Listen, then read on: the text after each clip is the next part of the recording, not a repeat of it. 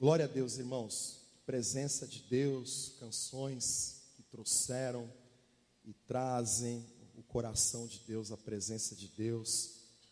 Eu sei que essa manhã é uma manhã bem poderosa.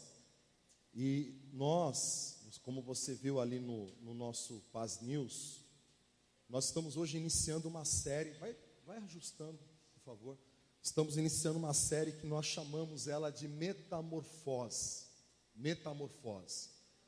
Já mais ou menos mais de um mês atrás, um mês e meio atrás, o Espírito Santo começou a falar comigo muito sobre mudança, sobre transformações profundas e radicais do Espírito Santo em nós. É importante você entender que, como eu falei aqui no outro culto, que o reino de Deus ele é dinâmico. Deus não nos chamou para ficarmos estáticos, vivendo uma religião.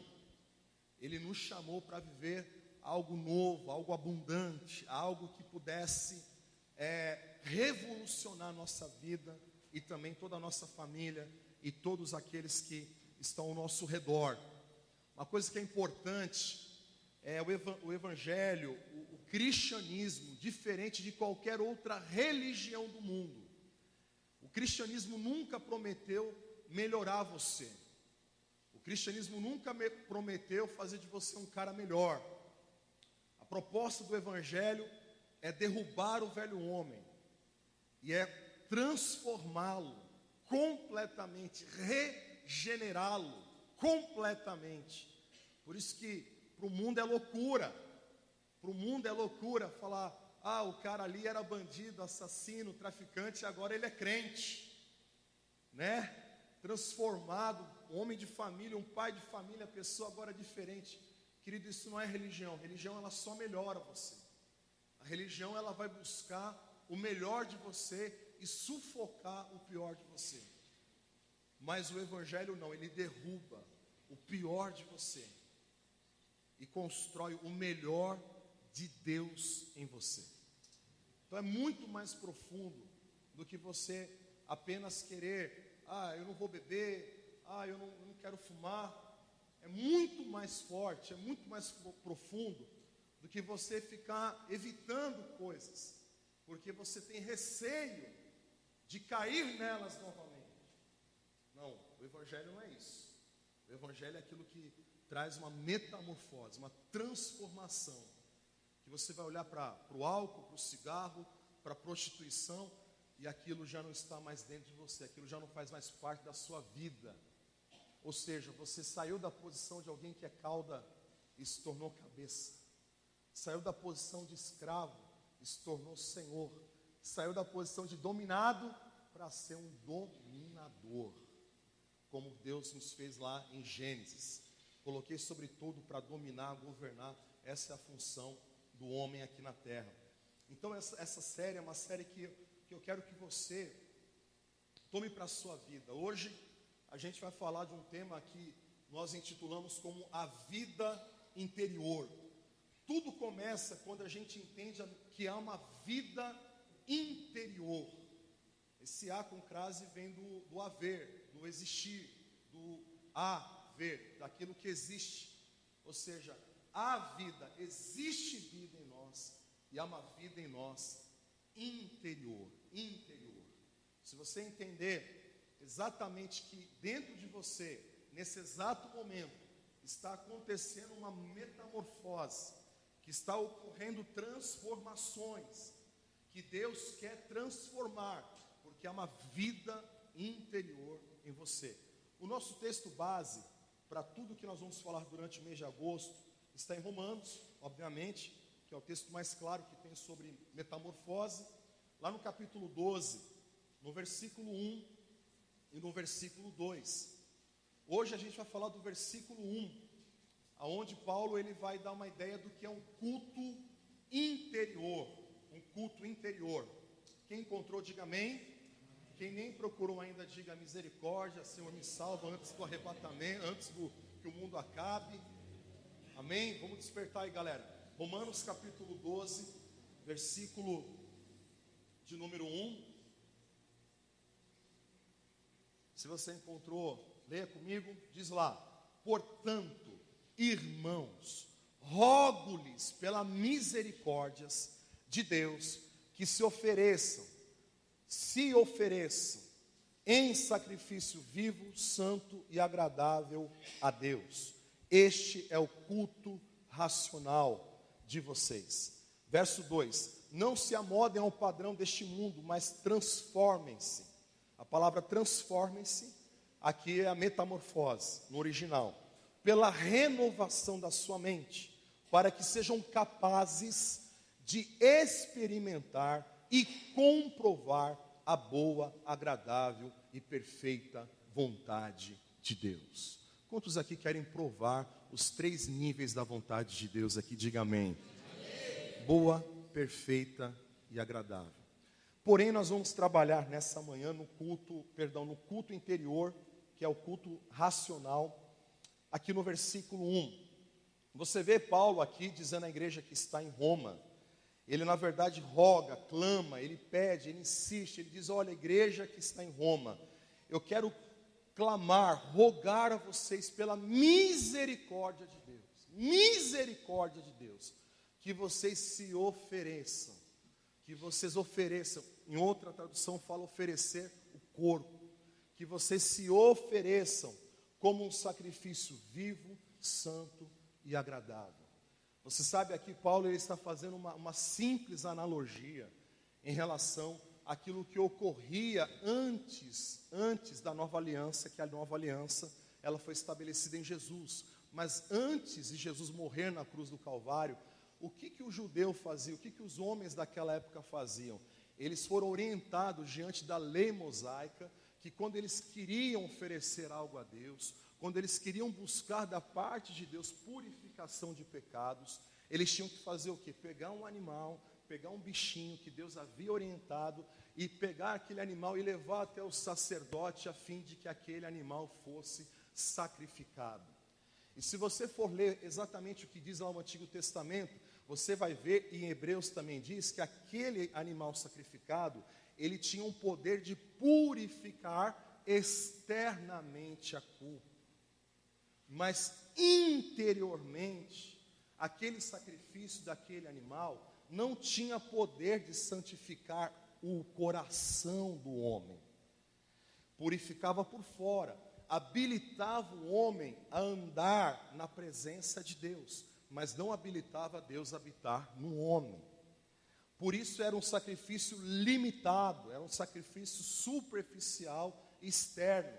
Mas Paulo está dizendo agora: olha, não é mais como antigamente, não é mais só o externo, não é só aquilo que a gente vê, não é só estarmos numa igreja como essa, numa reunião poderosa como essa. Isso é muito bom, nós somos muito aqui edificados, mas ele está falando: olha, na verdade, o verdadeiro culto, o verdadeiro serviço, essa palavra culto aqui no original quer dizer serviço, o verdadeiro serviço a Deus é que vocês ofereçam agora não um animal, mas ofereçam a si mesmos, como um sacrifício não mais morto.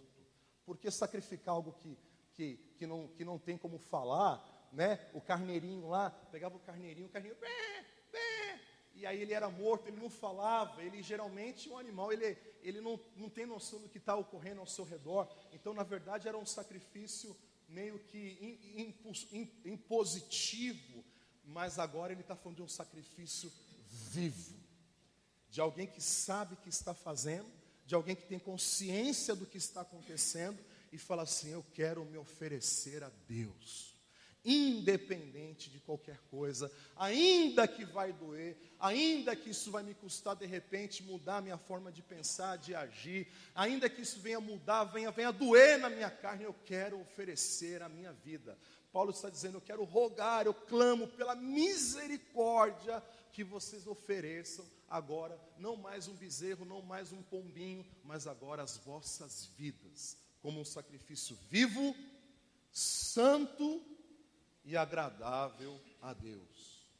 E ele fala que na realidade, essa oferta, esse sacrifício, nada mais é do que um culto ao Senhor. E é um culto, ele chama, outras traduções chamam esse culto racional de culto espiritual. Então, o que é um culto espiritual? É aquele que o Espírito Santo começa a mover na igreja, um fala em língua, o outro chora. Não necessariamente. Não necessariamente. O culto espiritual é aquele culto que acontece dentro de você. Dentro da gente. Você pode estar em qualquer lugar e dentro de você pode estar ocorrendo um culto, um serviço a Deus. Ele fala aqui de uma revolução interior. Por quê, irmãos? Porque você sabe, está escrito que Deus disse que chegaria um tempo que Ele não habitaria mais em templos feitos por mãos humanas, mas que Ele habitaria num templo que Ele mesmo iria edificar.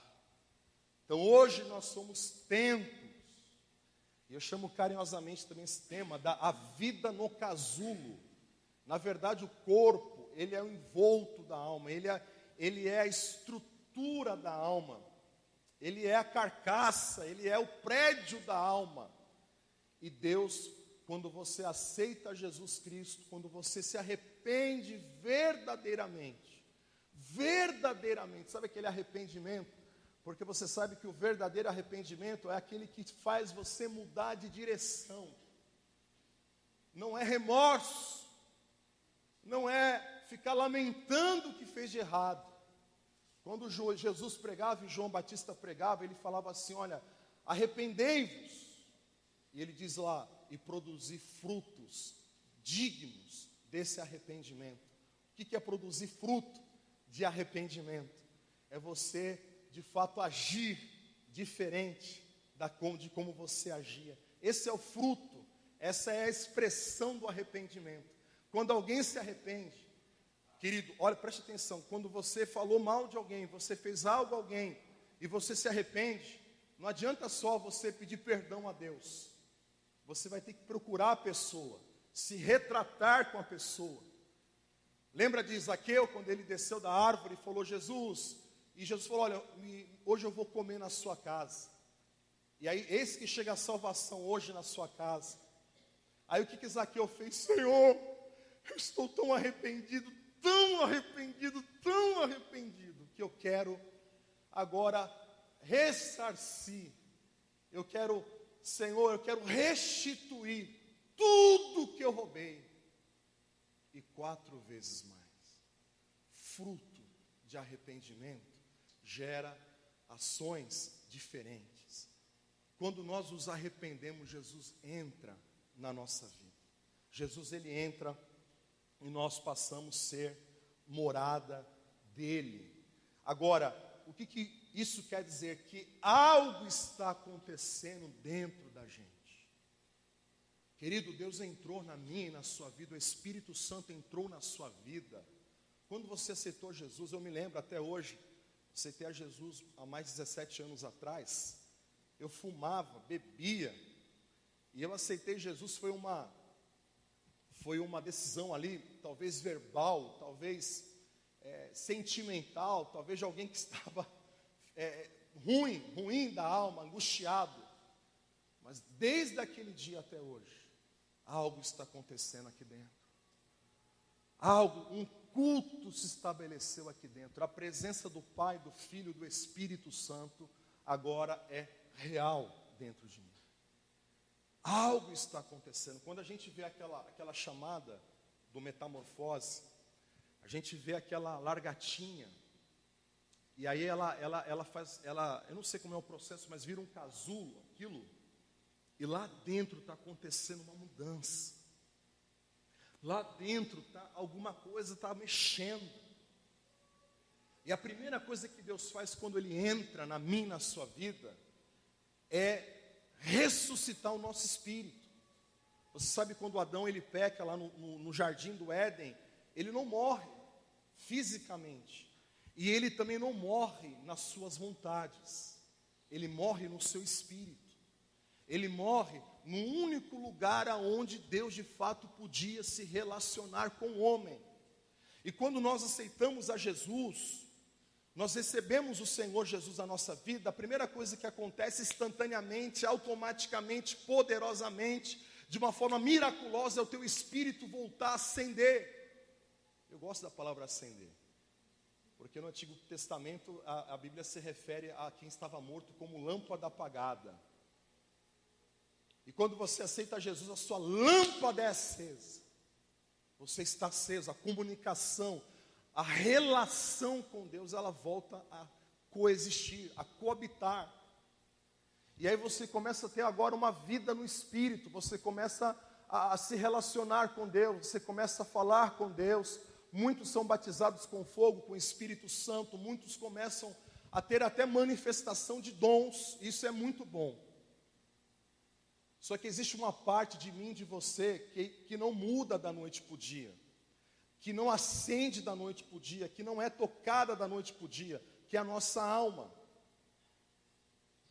Agora, essa vida de Deus no nosso espírito, essa vida, quantos sentem a presença do Espírito Santo na vida aí? Digam amém. Você sente algo lá dentro, isso, ele está lá no seu espírito. E eu digo para você, eu quero profetizar isso na tua vida. A partir desse mês, você vai perceber o Espírito Santo transbordando para a sua alma. Você vai perceber a influência do Espírito Santo permeando toda a sua alma. Porque nós somos acesos no nosso espírito, nós temos relacionamento com Deus, mas a nossa alma, ela precisa de metamorfose. A nossa alma, querido, por favor, liga aqui para mim. A nossa, não precisa não, já me deram o controle aqui. Está quente aqui dentro, irmão. Eu estou com calor.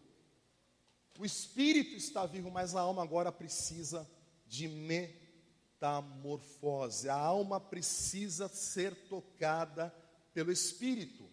Agora, o que é alma? Alma significa vontade, emoções e mente. Vontades. O que são vontades? O que são vontades? Estou com vontade de comer. Você está com barriga cheia. Barriga cheia, já comeu frango, arroz, farofa, batata. A vontade de comer um doce. Ou alguém fala que vontade de beijar aquela mina. Que vontade de pegar aquele filme lá no Now. Vontades. Alma é vontade. Ai, que vontade de sumir. Ai, que vontade de pegar a mala e ir embora. É vontade, isso é alma. Isso é alma, não tem nada a ver com o seu espírito que foi regenerado e nasceu de novo em Jesus. Mas ela precisa ser tocada pela glória de Deus e viver uma verdadeira metamorfose. Quem crê, diga amém. Ai, que vontade de sair com aquele cara. Ai, não sei viver sem fulano. Isso é alma, querida. Isso é alma, meu irmão. Saiba que em Jesus, quando a sua alma ela vive essa metamorfose, vai acontecer aquilo que Davi fala: a minha alma, ela anela, deseja. Porque Davi atingiu um nível onde a alma dele tinha desejo por Deus. É aonde Deus vai te levar. Com os crentes, digam amém. Amém. Creia que você vai começar a viver tempos poderosos com Deus, tudo porque a sua alma ela vai ser vencida e transformada ao ponto de dizer: ó Senhor, a minha alma te segue de perto. Vontade, emoções. Estou triste, né? Hashtag, hoje não é meu dia. É o status do Facebook, né? Me sentindo, não sei, doente. Isso são emoções. Depressão, buraco na alma, vazio existencial, emoções. Tristeza, sem nenhum fundamento, sem nenhuma causa, sem nenhuma razão. Eu estou falando de algo que eu sei que eu já venci pela graça e misericórdia de Deus. Mente é pensamento. Poxa, hoje eu levantei com uma vontade e um pensamento de morte. Ah, não, eu vou fazer desse jeito, eu estou pensando em fazer assim, eu estou pensando em fazer não sei o que lá, eu estou pensando não sei o que, eu estou pensando em ir lá e pagar e comprar e vender. Pensamento, tudo aquilo que norteia pensamento. Isso aí é alma. É alma. É alma. E essa alma, ao contrário do seu espírito, ela não nasceu de novo. Ela precisa de metamorfose. Ela precisa de transformação profunda, radical. Ela precisa do transbordar do Espírito Santo no seu espírito para a sua alma. Imagina a sua alma com duas comportas. Duas comportas. A comporta do seu lado, aqui o meu esquerdo, é a comporta que vem do Espírito. E o outro lado é a comporta que vem da carne, do mundo. É como Paulo diz aos Gálatas, se você sabe que o Espírito milita, luta com aquilo que é a vontade da carne. E a carne luta contra aquilo que é a vontade do Espírito. Você vê lá uma guerra. E a guerra é a seguinte: quem vai controlar você? Quem vai controlar as suas emoções, as suas vontades? Quem vai estar no comando dos seus pensamentos? A carne, o pecado, Satanás ou o Espírito Santo, através do seu Espírito que foi recriado, renascido e que agora habita em você como templo santo e agradável do Espírito Santo? Quando a gente entende o culto racional, o culto interior, a vida interior, quando nós nos oferecemos, nos dedicamos completamente, não 99%, mas 100% da nossa vida à oração, ao jejum, à palavra, à integridade, à honestidade, à submissão, ao amor, querido, você fecha a porta, você fecha a comporta da carne e você abre um acesso total para que o Espírito comece a inundar a sua alma e comece a ocorrer uma metanoia, uma transformação. Quando nós fazemos isso, então nós começamos a viver uma metamorfose, uma mudança profunda, de dentro para fora. A igreja, por muito tempo, ela tentou estabelecer aquilo que a gente chama de doutrina humana. Não pode usar essa roupa, não pode cortar o cabelo assim, não pode raspar né? Que nem a irmã foi lá aquele pastor lá, o pastor cheio de graça lá. E aí a irmã lá, pastor, meu marido não me quer mais, ele não me procura mais. Aí o pastor falou, irmã, vamos orar. E aí ela foi levantar os braços para orar. Quando ela levantou os braços, segundo ele, tinha mais cabelo do que na cabeça dele. Aí ele falou, irmã, claro que o teu marido não te procura mais, desse jeito. Mas a igreja, durante muito tempo, ela disse, olha, faça assim, use assim, ande assim. Mas se você for ler em Colossenses capítulo 2, você vai ver que tudo isso não passa de doutrina humana. Isso não tem nenhum valor para as reais e necessárias mudanças que precisam acontecer dentro da gente. Mudar de roupa, mudar de Bíblia, colocar camisas dizendo eu sou crente, isso não muda quem você é. Falar em línguas é um processo, isso pode transformar no futuro quem você é. Mas ficar falando em línguas por falar, profetizar por profetizar, isso não muda quem você é. Saul profetizou como poucos profetizaram, mas ele não mudou quem ele era. Então nessa manhã, nós temos que permitir uma mudança, uma metamorfose. Eu quero que você abra comigo, por favor, o texto aqui em Efésios, capítulo 3. Efésios, capítulo 3, lá no versículo 16.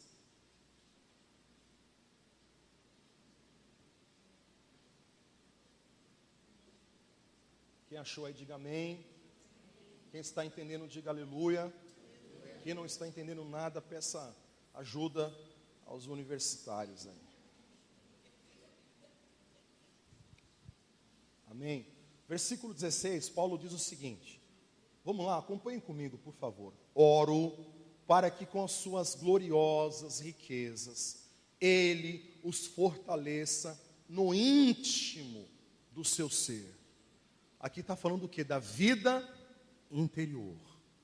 Eu oro para que vocês sejam fortalecidos no homem ou na mulher interior, lá dentro, com o seu poder, por meio do seu Espírito Santo, para que Cristo habite no coração de vocês mediante a fé. E oro para que, estando arraigados e alicerçados em amor. Irmãos, preste atenção, toda a base de mudança vem do amor. Amor. Quando ele fala está arraigado, alicerçado, em cima do amor. Amor de quem? De Cristo, amor de Deus. Toda a base de mudança vem do amor. Sabe por quê? Porque o amor verdadeiro lança fora todo medo. Eu digo para você uma coisa, mudar dá medo. As pessoas têm medo de mudar. As pessoas têm medo de abrir a vida. As pessoas têm medo de vomitar pecados. As pessoas têm medo de enfrentar a dor. As pessoas têm medo de enfrentar o passado, têm medo de enfrentar a rejeição. Mas ele está dizendo, eu oro para que vocês sejam, que o amor de Cristo habite em vocês mediante fé, e que vocês estejam arraigados e fundamentados nesse amor. Deixa eu dizer algo para você. Eu não quero errar, sim, eu não quero errar. Mas eu acho que 90% da igreja não sabe o que é amor de Deus. Muita gente não sabe o que é amor de Deus. Porque quando o amor de Deus, ele realmente é manifestado, encharcado na sua vida, eu duvido. Eu coloco a minha mão para cortar, eu coloco, como diz lá o profeta, olha, faço qualquer coisa. Mas quando o amor de Deus, ele toca a sua vida, é difícil, é muito difícil, coisas ruins na sua vida permanecerem de pé. É difícil você continuar o mesmo. Eu tenho descoberto unção, poder, dom, tudo isso é muito bom. Mas quer uma coisa que te cura? Quer uma coisa que vai te livrar? Amor. E não é amor de marido, não é amor de filho, não é amor de mãe, é amor de Deus. Sabe o que é o amor de Deus tomando conta do seu ser? Ele está dizendo que a vida de vocês seja fundamentada nesse amor, porque o amor lança fora todo medo. Porque Jesus, irmãos, ele é diferente de qualquer homem, qualquer discipulador, qualquer um que você pode imaginar. Ele é muito amoroso, ele é o maravilhoso conselheiro. Ele vem e traz uma palavra no seu coração que pode mudar o destino da sua vida. E ele fala a verdade, aquilo que vai doer, mas ele fala com tanto amor, que você não sente nem a dor. Simplesmente aquilo é transformado na sua vida. Eu tenho provado, pela graça de Deus, uma transformação profunda na minha vida, creiam, por causa de amor. Amor. Eu quero até sugestionar para você aqui, se você sente falta de alguma coisa, quando você for orar, fala, Senhor, eu quero amor. Me dá amor. Eu quero amor. Porque ao contrário dos homens que têm um amor limitado, um amor condicional, um amor às vezes de reciprocidade, o amor de Deus não é reciprocidade, ele tem amor, mas ele é amor. E aí, versículo 18, ele fala, vocês possam, juntamente com toda a igreja, compreender a largura, o comprimento, a altura, a profundidade, e conhecer o amor de Cristo, que excede todo conhecimento. O amor, ele vai além de toda forma de conhecimento, de tudo aquilo que você conhece, de tudo aquilo que você pode entender como algo que pode curar a sua vida. Eu quero que você saiba que existe um amor de Deus tão maior, tão superior, que vai muito além do seu raciocínio, vai muito além da sua especulação espiritual. Sabe quando você pensa que até aqui o Senhor vai me amar, até aqui o Senhor vai me ajudar, você está enganado. Paulo fala do amor de Deus de uma forma tridimensional, altura, comprimento, largura e profundidade. Ele fala de algo aqui, eu não vou entrar nisso hoje, mas ele fala de conhecer esse amor que excede todo o conhecimento. Quem está entendendo, diga amém. Você não está entendendo, quem está entendendo, diga amém. Você tem que receber isso na sua vida. Você tem que entender que não é mais por fora, não é mais arrepio no cabelo, não é mais uma lágrima, é um culto interior, é uma vida interior. Paulo está orando pela igreja de Éfeso, na verdade ele está orando por todas as igrejas. Isso aqui é uma carta circular, não era só uma carta para Éfeso, é uma carta para todas as igrejas daquele tempo. E ele diz isso, olha, que o amor de Deus possa exceder todo o conhecimento. E ele fala, para que vocês sejam cheios de toda a plenitude de Deus. Toda a plenitude de Deus. Essa palavra plenitude aqui, ela significa ser completamente ocupado pela glória e pelo amor de Deus.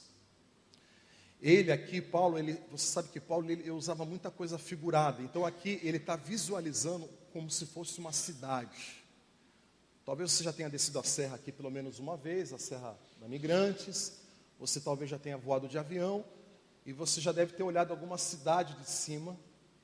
Uma cidade assim, uma vez eu estava em Guarulhos, lá, aterrissando um avião lá. Estava no voo. E aquela cidade enorme, cheia de luzes. É mais ou menos como uma cidade como essa. Então Paulo está dizendo, pode apagar. Paulo está dizendo o seguinte, essa plenitude é como se uma cidade fosse completamente ocupada pela glória de Deus. Ou seja, não vai haver uma só janela, não vai haver um só cômodo, não vai haver um só quarto da sua vida, um só lugar dentro de você que não seja completamente ocupado pela plenitude da glória de Deus. E quando ele fala isso, irmãos, ele está dizendo que para nós, igreja, que nós precisamos entender esse amor, receber mais amor para que a gente possa abrir mais a vida. É mais ou menos aquela ideia, aquela linha de pensamento, por exemplo, quando você fala da sua sala, na sua casa, você geralmente recebe qualquer pessoa, né? De repente bate lá um vizinho, de repente bate lá um amigo distante, de repente alguém que passou na sua porta, vendendo lá a cortina, vendendo, pão. Aí você fala para a pessoa, olha, entra aqui na minha sala, a sala de estar. Essa sala é onde nós recebemos as pessoas, amigos, pessoas não tão próximas. É onde está aberto para todo mundo. E geralmente esse lugar é o lugar onde todo mundo conhece a gente. É o lugar onde a gente se mostra mesmo. Mas não é só a sala que tem na sua casa. Existem o quê? Outros cômodos.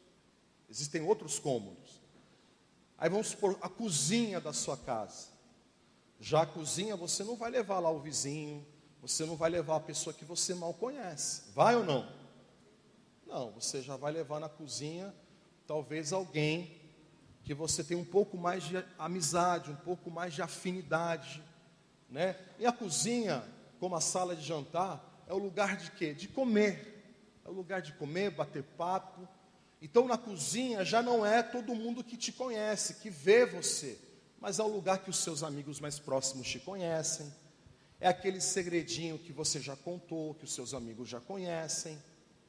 É aquele seu jeitinho, aquele seu temperamentozinho que o seu amiguinho, a sua amiguinha já conhece, a sua família já sabe como é.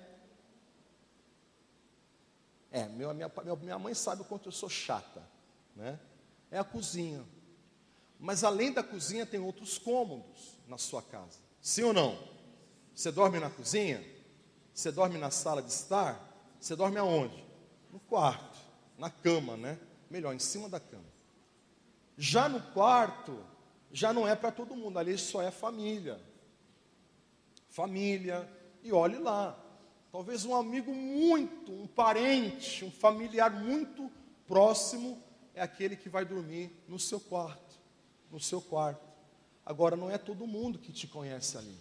Quem geralmente te conhece no quarto? Sua mulher, seu marido. E ali tem luz, porque se você se revela quem você é, ali existe o quê? A luz. Então ali naquele quarto é você que se conhece, os seus filhos conhecem, é a intimidade da família no quarto. Mas o seu amigo não sabe quem é, como é, os seus vizinhos não sabem, o seu pastor não sabe, o seu líder não sabe, ninguém sabe, sua família sabe. Sua família sabe exatamente como é você. Só que a Bíblia fala que é completamente ocupado, completamente plenos, plenitude. Plenitude é ocupar todos os lugares da alma, todos os lugares da vida, todos. E aí a maioria das casas, eu sei que muitos não têm, mas muitas casas têm aquele quartinho, eu estou sendo muito rápido aqui, aquele quartinho da bagunça, o quartinho dos fundos. Antigamente, no tempo da minha avó, muitas casas tinham um porão. É o porão da vida. É o sótão da vida. Eu lembro que eu morei numa casa que meu pai só faltava guardar o carro lá em cima do sótão. Guardava tudo. Onde está a árvore de Natal? Está no sótão. Onde está a prancha para ir na praia? Está no sótão. Cadê o guarda-sol? Está no sótão. Era o lugar de bagunça. E todos nós temos na casa um lugarzinho. Eu sei que a maioria aqui são mulheres, como Maria, mas também como Marta, que cuidam muito bem da casa. Mas geralmente a gente tem um lugarzinho que a gente deixa a coisa mais largada. E é justamente naquele lugar, geralmente, que nós mantemos aquilo fechado, que nós escondemos. Quando chega a visita, né? Diz que visita boa é aquela visita que você faz de surpresa. Porque aí não dá tempo de arrumar nada. Pastor, já vou indo, pastor. Ai, menino, vai para lá, meu, vai limpar esse nariz sujo desde ontem. Mas a visita programada não, o cara se organiza, se prepara, né? E aí a casa está nos trinques. Mas sempre tem um lugarzinho sujo de bagunça, um lugar aonde, infelizmente, nós não queremos deixar ninguém entrar. Quando Paulo fala de você conhecer o amor de Deus, ele está dizendo o seguinte: o amor de Deus, ele é tão poderoso que ele vai trazer, vai cobrir o seu medo. Preste atenção, isso aqui irmão, é uma coisa muito, muito doce. É uma coisa muito doce.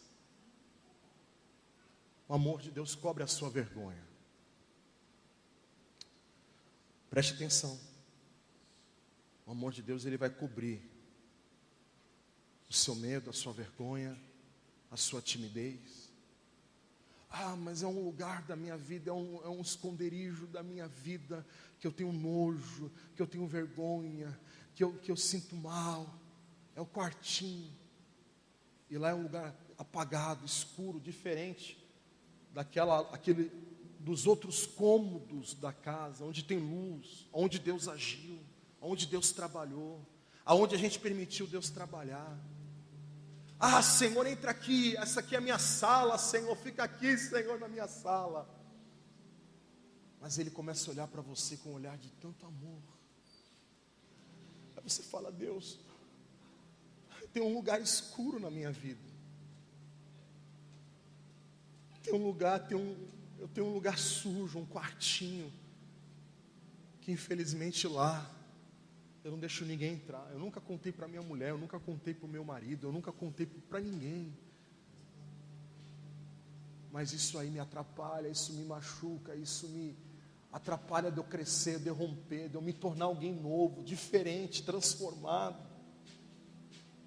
Eu garanto para você, querido, que a sua irritação, que a sua falta de paciência, que o seu desligamento, da sua falta de amor, não está acontecendo por causa daquele lugar que ainda não foi completamente pleno e cheio da glória de Deus. Então o amor que excede todo o conhecimento, ele vai te encorajar a abrir portas, vai te encorajar a abrir lugares da sua alma, e você vai dizer: Senhor, aqui, esse é o pior ponto da minha vida. E ele fala: meu filho, não tem problema, porque eu te amo. Eu já sabia que tinha esse quarto. Quando eu te chamei, você estava todo apagado. Mas até hoje eu esperei você abrir a porta, para que eu pudesse entrar. Você entende que isso não pode ser por pressão, não pode ser por religião, não pode ser porque alguém está falando na sua orelha. Isso é amor.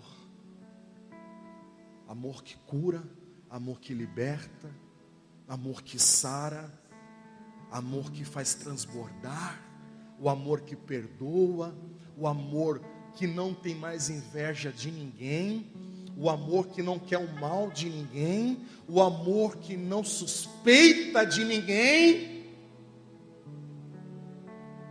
As pessoas andam armadas. Aí fulano disse que eu estou lindo. O que ela está dizendo? O que ela está querendo dizer que eu... Não, eu não estou bonito não, eu estou feio. Está querendo alguma coisa. Não é assim? Você não pode receber um elogio. Ninguém pode falar: estão falando bem.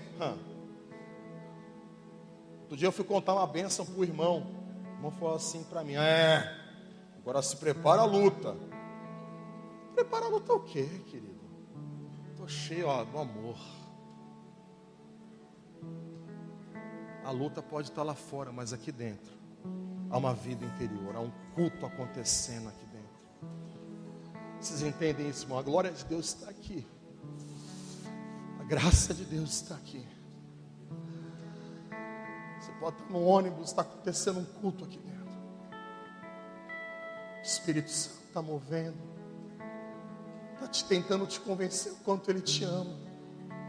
Está tentando fazer você parar um pouco a sua linha de pensamento, raciocínio, e falar: esquece isso. Isso não tem nada a ver com meus pensamentos acerca da sua vida. Deixa a vida interior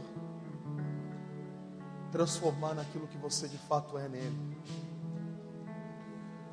E o amor de Deus, que excede todo o entendimento, para que vocês sejam cheios de toda plenitude de Deus. Não vai haver um só lugar na sua alma que não vai haver luz.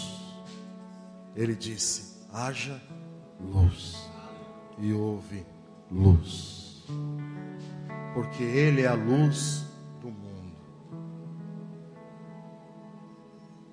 Aonde há luz, não há trevas. E se não há trevas, não há influência de Satanás. Aprenda isso. Se há depressão, se existe rancor, se existe mágoa, se existe qualquer tipo de sentimento que não está alinhado com Deus, é porque existe trevas.